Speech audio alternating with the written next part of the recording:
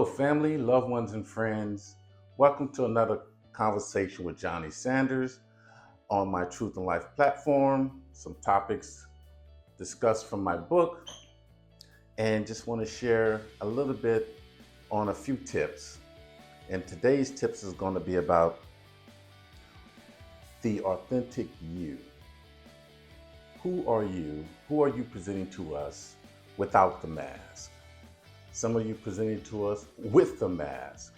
And so what I want to do is just kind of just share a little bit of what I've learned over the years, some tips that may help you when you're trying to just be who you are in a safe space, in a safe place. Okay. Um, One of the main reasons why we wear masks with people that we're not necessarily sure that they're going to accept the real us or who we really are is because we see our flaws. Just like a beautiful portrait, beautiful picture, there's flaws in them. The artist knows those flaws. God knows those flaws.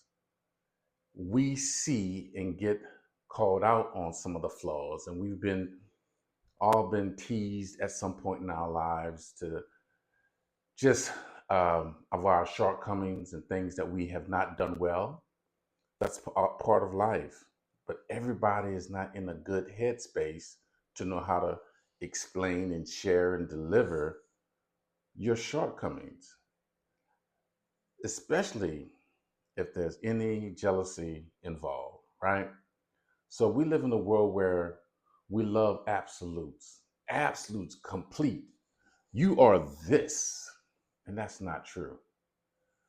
In the place where we think we know what is to come or what is happening or going to happen or not happening according to what that person sees, what they believe, and also the sad thing is what they need to see you as not being better than them, unfortunately. And it shouldn't be that way. Whether it's something good, something positive, or you have a little mistake, it doesn't take away from who they are, their goodness that God created, but that's the way their narrow mind and their narrow viewpoint takes them because they need something to base their validated state, who they are, merely on the premises of what they have been exposed to. Now, if you've been exposed to a number of quality things, places, people, music, food, art, your mindset is open and you have a greater viewpoint on life and what is good for you. And when you will, as you get older and as you learn more and get wiser, you will be able to identify, oh, they just hating. Oh, they didn't mean that. They just jealous. And then some folks may say, I said what I said, but I was just joking. I was just kidding, which is a good thing. So that way you won't be holding on. Am I really like that? Did they really mean that? Nah. So my next tip is in order to really be good at what you do, ladies and gentlemen, you need to be open and learn more from others about yourself. Um, a healthy style, if you will, a healthy state, if you will. You're not learning about yourselves to learn about you from others. You just learn from what some of the things that they say, right? Um, some of the things that people say, for instance, myself, you are always in the negative, you think you know everything. I don't. I promise you I don't. But I've been told that you think you know everything. No, I've taken the time to learn a lot of things, and a lot of things I've bumped my head learning. And in the process of that, I've become more of a person that puts me in a leadership role, because I will jump out, take the bull by the horns of a project, and start just working it, and start figuring it out. Not sitting there talking about what are we going to do, what are we going to do, what are we going to do. I will ask what are we going to do, but I'm also looking for solutions. That some folks have called me an alpha male, a leader. Well, that's positive. And that I learned because I had to look it up. Okay, what is truly an alpha leader? This, an alpha male, and that's someone who is a leader. That's someone who does take responsibility. That's someone that is accountable. And as a person, as a man, I welcome that. Not that I try to become the best alpha male. No, it's what I've become. That's what I am. Even as a kid, as a child, I've had to learn and grow up and take leadership responsibilities and accountabilities, and allow myself to be exposed to the world in a greater aspect. So, um, traveling, taking trips around the world, uh, not just in the United States, but outside the United States, has opened my horizon to have a better understanding of, man, this world is smaller than I thought, especially if you only thing that you're exposed to is just books or magazines. Wow, that looks great. Wow, I wish I can go there. I have taken the point in time in my life where I have said, let me see, where's this place? I've never been before. This looks like fun. This looks like someplace I would like to go. And have just taken the time to just go. And that's one of the things that my wife and I really enjoy doing is traveling. When we get an opportunity to travel and seeing other places and meeting new people, and you know what? They may speak a different language, but they're just like us. They want some of the same things, the same aspirations that we do for themselves and for their family. And their aspirations, just like ours, helps us become a better us, which makes us be authentic to who we are. What do you really like? I like, let's say, food. I'm a foodie, okay? I like different foods. I like seafood, love seafood, I should say.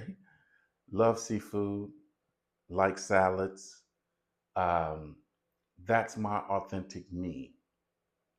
Now, I'll eat hamburgers, I'll eat a steak from time to time, but seafood is more or less what I love, and that's me being authentic. When we go places, we go anywhere around the world. If there's a seafood dish, sea bass, for instance, I will eat that. Redfish, I will eat that. Um, so I'm being true to myself. I'm not trying to eat something that is not necessarily conducive to what I like. And I'm not going to go into those things because I don't want to offend anyone. But I'm being true to me when I definitely indulge in some of the things that I totally enjoy doing and sharing and eating. And I won't have an appetite for more than what I'm used to. And that more than what I'm used to, or more than what I should be indulging in, that keeps you in a safe place. Um, where when I say a safe place, if I'm trying to do something that I'm not, that's safe, and I'm sticking with food. Let's say I start eating foods that start making me gaining weight, or my body is not used to, and I start breaking out with pimples and rashes and uh, skin irritations and stuff like that. Well, I went outside of who I am authentically am, because now I love trying new foods, but I can't overindulge in that stuff because I'm not being true to who I am, especially when we're out of the country. I can't eat everything that is passed before me. Um, and some things I will try for sure, for sure. But to keep me from getting a bad response or having a sense that of what I want to do is more or less good for me or not good for me, just taking the time to understand and not allow myself to get frustrated on something that is not truly me. So I've seen it, over and over from time to time, how people will make a pivotal decision based on limited information. Now, that could be um, work, money, getting a new job, losing a job.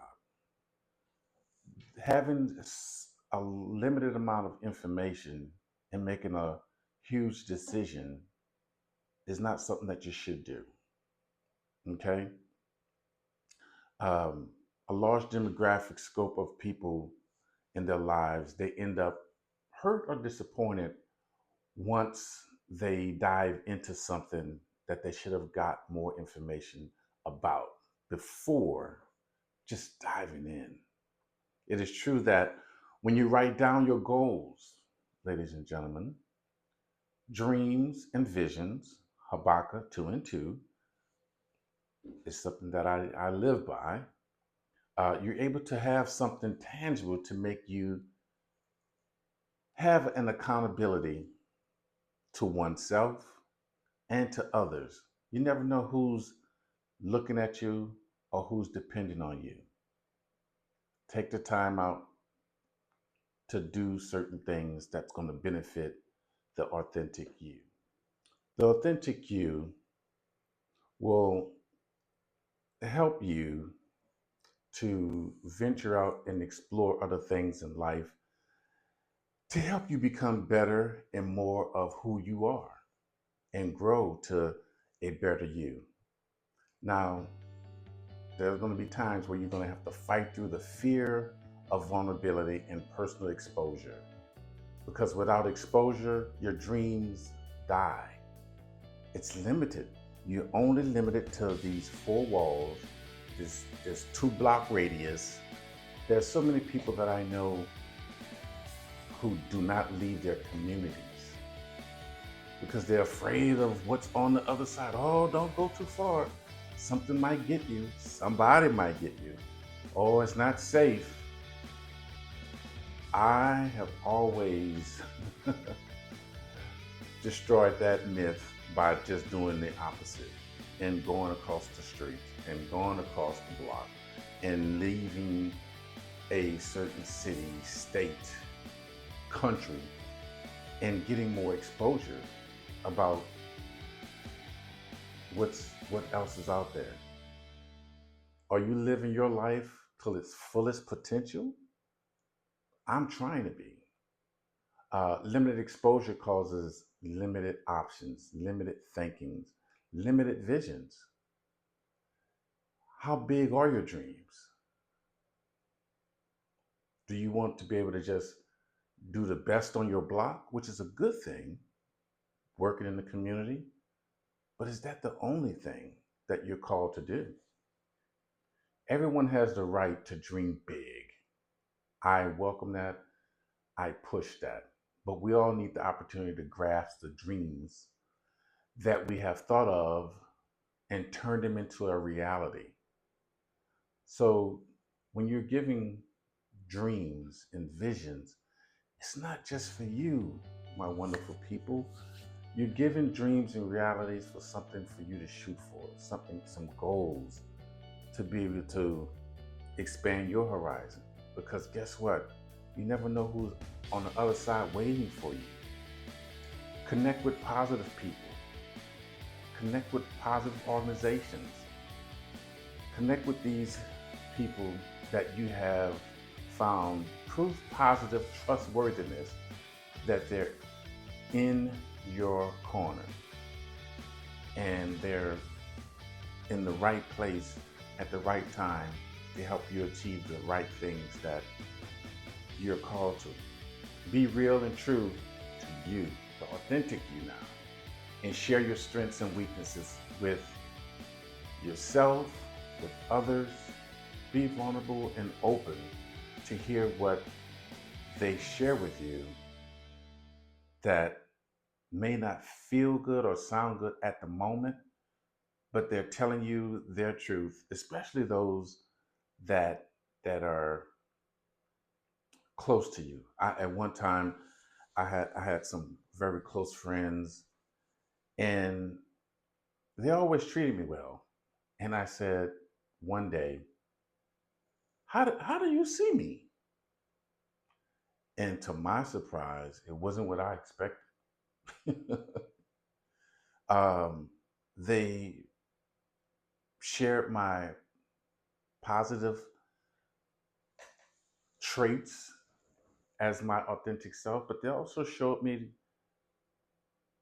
in the ear something that sounded negative. Um, they showed me my weaknesses, and from that, I either had to receive that, accept that, and do a better job, or just feel like, oh, now they just hate me, and they weren't. They said it very loving, and the points that they made and pointed out about me were valid, were true. I asked for this. I just wasn't I didn't expect it, and I didn't know that I was doing some of the things that wasn't living up to the best Johnnie that I could be, and had to change things. And I know you're asking, so what are those things? What are those things? Well, for one, um, I was not um, strong enough as an individual at the time to stand up for myself or to take charge when I needed to take charge. Sometimes I just went along with the punches, and the punches weren't good for me. I was the one getting punched too much. And it was like, no, you need to stand up for yourself. You need to speak up. You need to be able to share what's right and share what's wrong for you, Johnnie.